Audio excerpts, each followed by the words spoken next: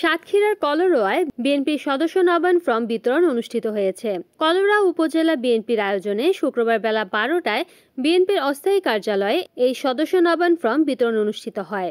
এ সময় জেলা বিএনপির যুগ্ম আহ্বায়ক আবুল হাসান হাদির সভাপতিত্বে ও সদস্য আব্দুর রকিব মোল্লার সঞ্চালনায় প্রধান অতিথি হিসেবে বক্তব্য রাখেন কেন্দ্রীয় বিএনপির প্রকাশনা বিষয়ক সম্পাদক ও তালা কলরোয়ার সাবেক এমপি হাবিবুল ইসলাম হাবিব।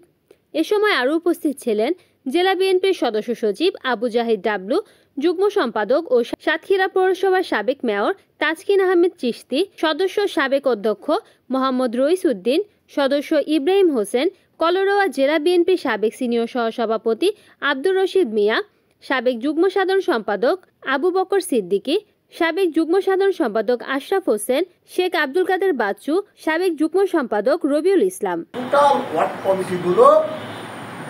কমপ্লিট করতে হবে টোটাল সারা জেলায় ওয়ার্ড কমিটি 30 তারিখের মধ্যে টোটাল ওয়ার্ডগুলো কমপ্লিট করতে হবে। আর এর ভিতরে যদি কোনো আমরা ইউনিয়ন করতে পারি তাহলে তো ভালো। আমাদের নেতা আমাদের আগামী আমাদের দলের ভবিষ্যৎ ভারপ্রাপ্ত চেয়ারম্যানের সাথে দীর্ঘ 1.5 ঘন্টার সাক্ষাতের মধ্যে দিয়ে বাংলাদেশের মানুষের প্রাণ চঞ্চল সৃষ্টি হয়েছে।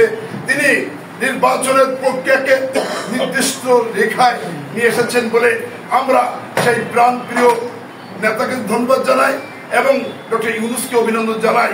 অবিলম্বে আগামী রোজার মধ্যে জাতীয় নির্বাচন ঘোষণা দিয়েছে, সেটা কার্যকরী করবেন, সেটা কার্যকরী হবে বলে আমিও বিশ্বাস করি এবং সেটাই গুরুত্বপূর্ণ।